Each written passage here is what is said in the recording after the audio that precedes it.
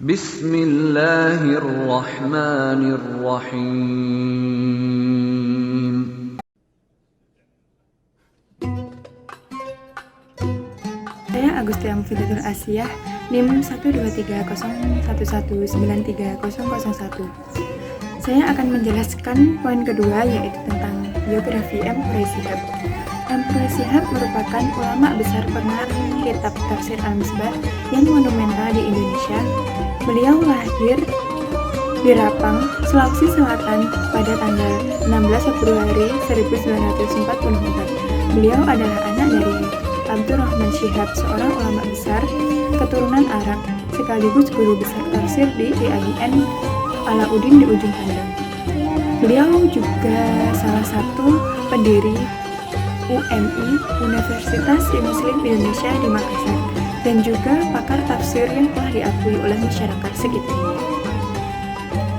Profesi pada masa mudanya adalah wira swasta.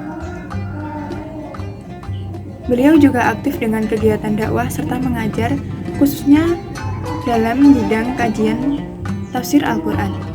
Karena ayahnya yang terpelajar dan sangat berpikiran maju, maka M. Quraish Shihab dididik sejak balita dengan pendidikan yang baik dan juga terarah. Pada masa kecilnya, beliau juga digembleng dengan ilmu yang bernuansa Al-Quran. Tetapi tidak hanya itu, M. Quraish Shihab juga diajarkan oleh ayahnya ilmu hadis dan juga atsar. Sehingga pada akhirnya beliau berhasil menjadi tokoh dan pemikir muslim di Indonesia. Bagi M. Quraish Shihab, ayahnya lah yang sangat memberi dorongan untuk semangat mencari ilmu, sehingga beliau mendapatkan ilmu yang sangat luar biasa itu.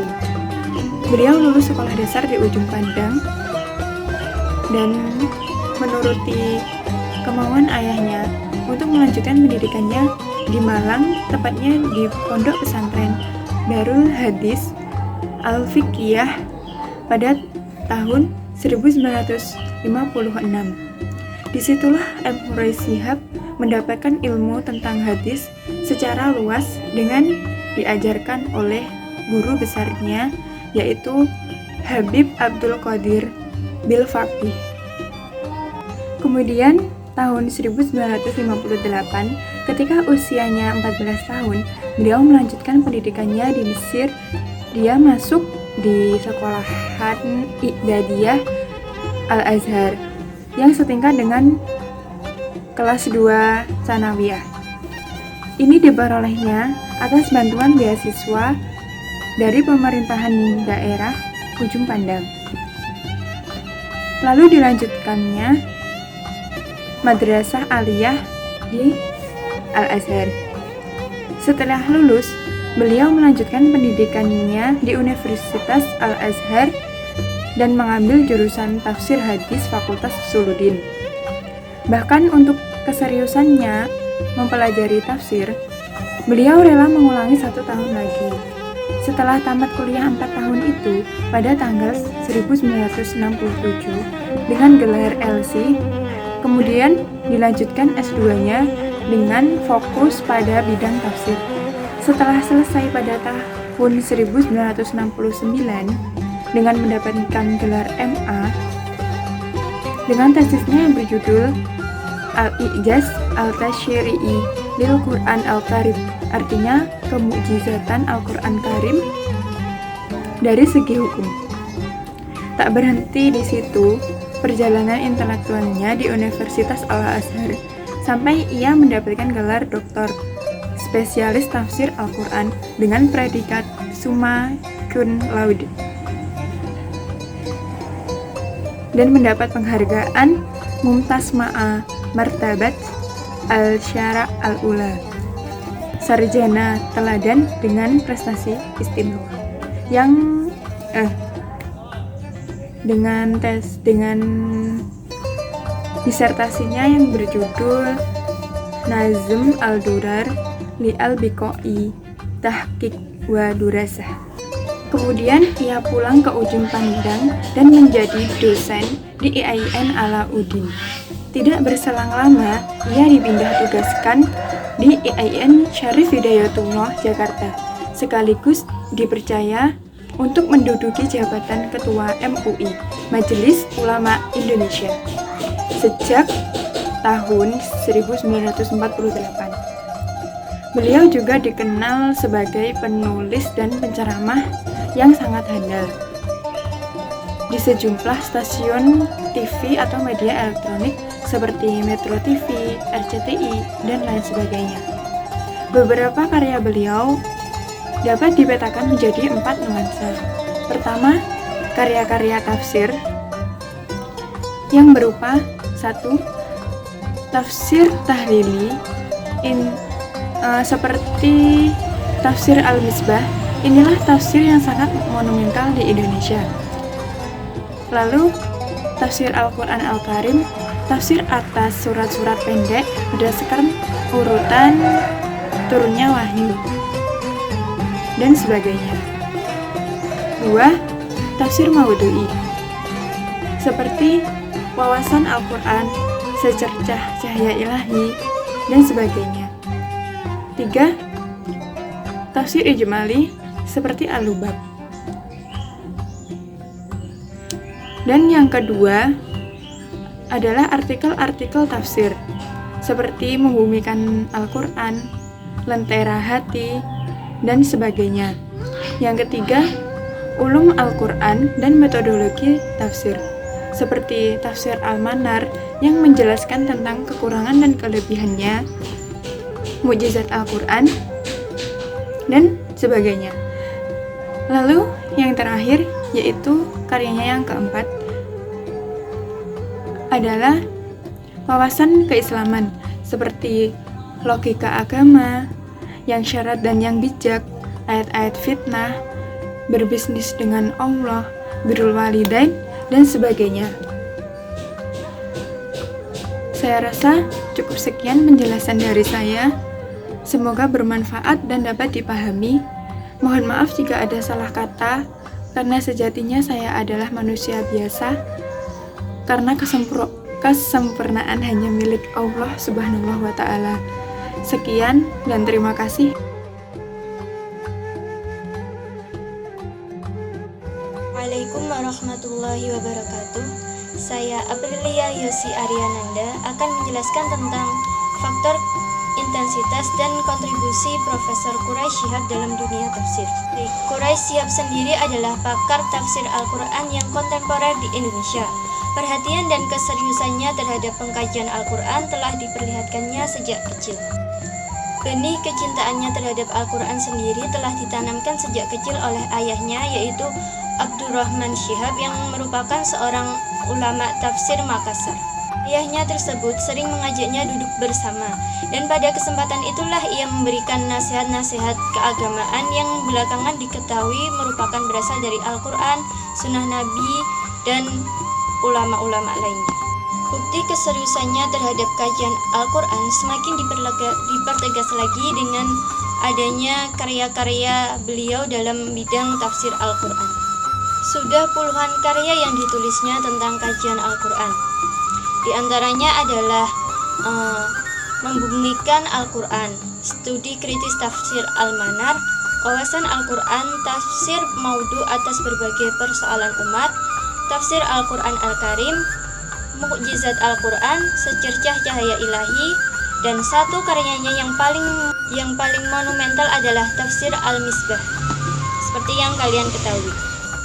Tafsir Al-Misbah sendiri adalah sebuah tafsir Al-Quran yang lengkap berupa 15 jilid dilengkapi dengan 30 juz yang ditulisnya secara tahlili.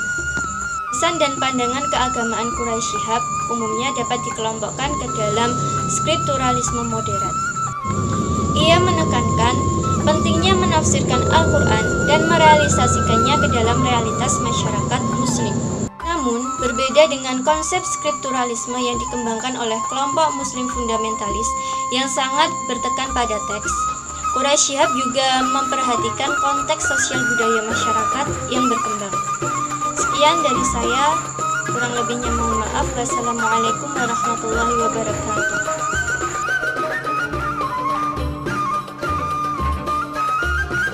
Assalamualaikum warahmatullahi wabarakatuh. Selanjutnya yaitu perjalanan sosiohistoris Quraisy Shihab. Tahun 1984 merupakan babak baru bagi Quraisy Shihab untuk melanjutkan karirnya. Oleh sebab itu, beliau pindah tugas dari IAIN Makassar ke Fakultas Usuluddin di IAIN Jakarta. Kedatangan Quraisy Shihab di Jakarta disambut baik oleh masyarakat. Hal itu terbukti dari banyaknya aktivitas yang dilakukan oleh Quraisy Shihab di tengah-tengah masyarakat. Di antaranya yaitu beliau menjadi salah satu anggota Lajnah Pentasih Al-Quran Departemen Agama pada tahun 1989. Beliau juga terlibat dalam salah satu organisasi profesional, yaitu sebagai asisten ketua umum Ikatan Cendekiawan Muslim se-Indonesia. Di samping kegiatan di atas, beliau juga dikenal sebagai penulis dan pendakwah yang handal sehingga dapat diterima oleh semua lapisan masyarakat. Quraisy Shihab memang bukanlah salah satu-satunya pakar Al-Quran di Indonesia, tapi kemampuannya menerjemahkan dan menyampaikan pesan-pesan Al-Quran dalam konteks kekinian membuatnya lebih dikenal oleh semua orang. Assalamualaikum warahmatullahi wabarakatuh. Di sini saya akan melanjutkan presentasi dari teman saya sebelumnya, yakni contoh penelitian tokoh mufasir Al-Quran. Di sini saya mengambil kitab Tafsir Al-Misbah yang merupakan karya dari Muhammad Quraisy Shihab. Beliau lahir di Sidandang Rapang dari pasangan Abdurrahman Shihab dan Asma Abdulisi. Beliau dilahirkan pada tanggal 16 Februari 1944 di Sidandang Rapang, Sulawesi Selatan. Sebagai tokoh tafsir yang sangat kontemporer dan penulis yang sangat produktif, beliau telah mengeluarkan banyak karya-karya yang dibuatnya, yang mana telah diterbitkan dan dipublikasikan. Menurut Quraisy Shihab, dalam kitab tafsirnya Al-Misbah, kata jihad memiliki beberapa makna, yakni yang pertama mencurahkan segala kemampuan dan menanggung pengorbanan, dan yang kedua bermakna sungguh-sungguh. Yang pertama yakni mencurahkan segala kemampuan dan menanggung pengorbanan. Menurut Quraisy Shihab, dalam kitab tafsirnya mengartikan jihad dengan makna mencurahkan seluruh kemampuan atau menanggung pengorbanan, yang hampir sama dengannya seperti mencurahkan segala kemampuannya dan menanggung pengorbanan yang dimilikinya, seperti dalam menafsirkan surah Al-Baqarah ayat 218. Pada ayat ini Quraisy Shihab menjelaskan bahwa orang yang berjihad adalah orang yang mencurahkan segala kemampuannya dan segala apa yang dimilikinya sampai tercapai apa yang diharapkan.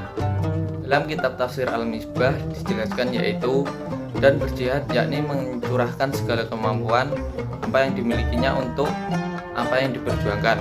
Perjuangan itu dengan nyawa, harta atau apapun yang dimilikinya dengan niat di jalan Allah dan mengharap ridhonya. Dan semua orang menginginkan rahmat Allah yang mana Allah Maha Pengampun dan Maha Penyayang. Memang betul perjuangan selalu membutuhkan pengorbanan. Seseorang yang berjuang ingin mendapatkan sesuatu yang diinginkannya, mereka akan berkorban atau mengorbankan sesuatu yang dimilikinya demi tercapai apa yang diinginkannya.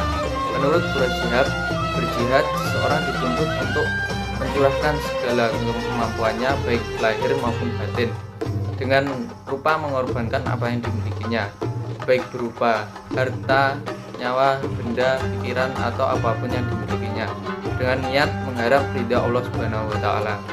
Dalam surah Al-Maidah ayat 35, Quraisy Shihab menafsirkan, dan berjihadlah kamu pada jalannya, yakni kerahkanlah semua kemampuanmu baik lahir maupun batin untuk menegakkan nilai-nilai ajarannya, termasuk berjihad melawan hawa nafsu, supaya kamu mendapat keberuntungan, yakni memperoleh apa yang kamu harapkan, baik keberuntungan duniawi maupun ukhrawi.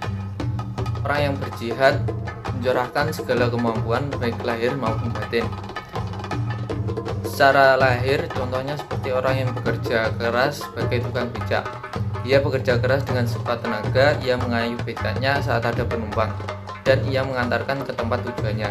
Meski pada siang hari yang sangat panas, dia tetap semangat untuk bekerja demi apa yang diinginkannya, yaitu menafkahi anak dan istri yang berada di rumah.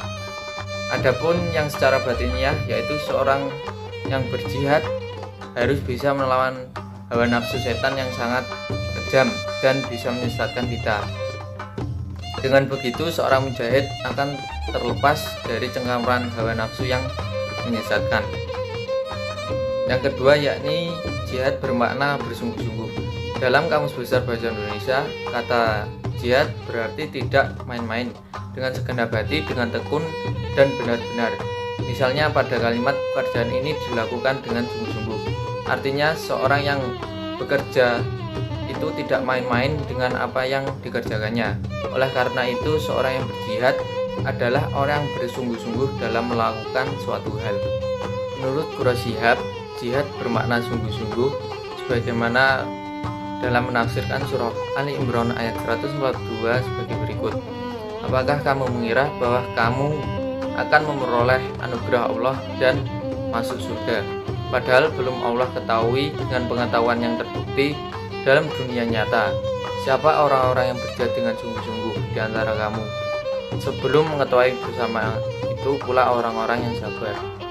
Jihad yang bermakna sungguh-sungguh dikatakan juga oleh Hamka dalam menafsirkan surah Al-Ankabut ayat 6. Ia mengatakan bahwasanya jihad menurutnya adalah bekerja keras, bersungguh-sungguh, tidak mengenal kata lelah, meskipun dilakukan siang dan malam, petang dan pagi.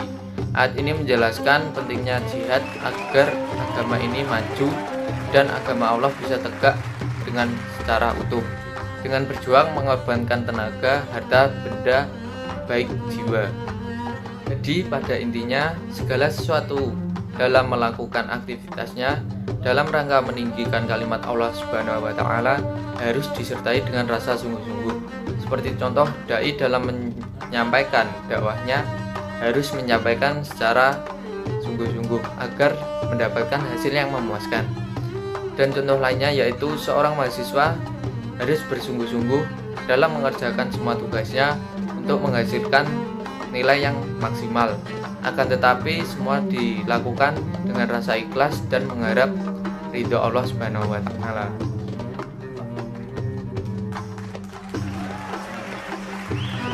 Jihad dalam konteks keindonesiaan dapat diwujudkan melalui beberapa macam jihad, yaitu salah satunya jihad dalam bidang pendidikan.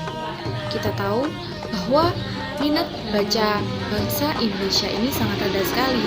Bahkan pendidikan dipahami untuk hanya sekedar untuk memperoleh ijazah. Padahal pendidikan sangat penting sekali untuk membangun paradigma kemajuan bagi bangsa Indonesia. Jadi, problem serius yang sekarang sedang kita hadapi adalah rendahnya minat baca dan kurangnya tenaga pendidik yang kompeten. Hal ini jelas sekali menunjukkan bahwa sumber daya manusia di Indonesia sangat rendah sekali.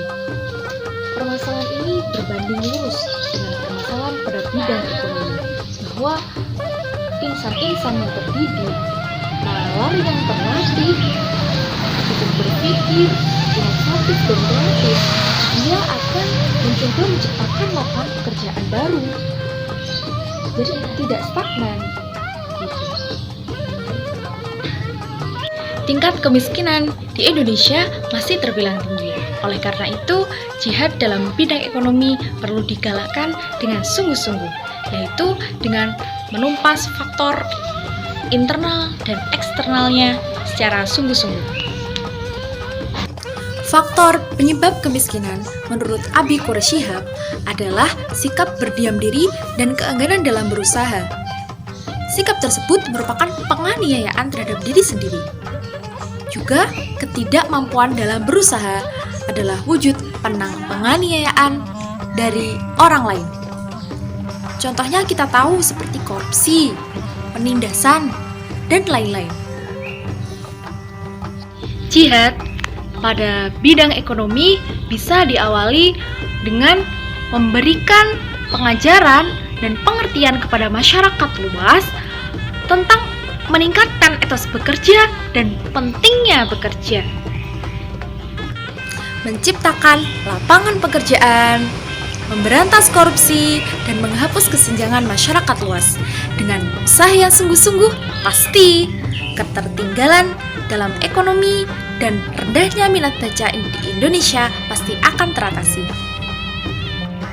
Jadi, relevansi pemaknaan jihad Abi Quraish Shihab di Indonesia ini dilihat dari ketajaman analisisnya dalam memaknai objek sasaran jihad, sarana jihad, dan bentuk-bentuk jihad.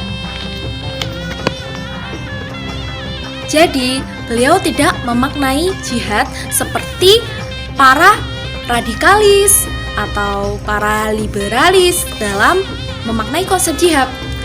Beliau lebih moderat karena beliau tidak berkutat pada peperangan dan hawa nafsu. Jadi jihad itu disesuaikan dengan isu-isu yang kontemporer yang melingkupi Indonesia. Abi Quraish Shihab tidak memaknai jihad secara tekstual saja, namun juga secara kontekstual.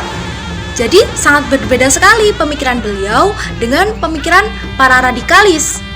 Ketika para radikalis berpikir bahwa jihad itu hanyalah urusan peperangan, hanyalah urusan pedang melawan musuh.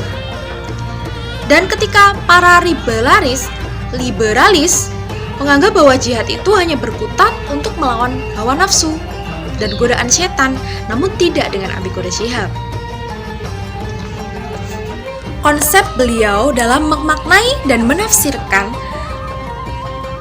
Al-Quran sangat khas dan relevan untuk digunakan dalam konteks keindonesiaan. Tidak kaku, luas, namun luas. Dan banyak sekali tentunya merubah paradigma berpikir bagi bangsa Indonesia pada khususnya.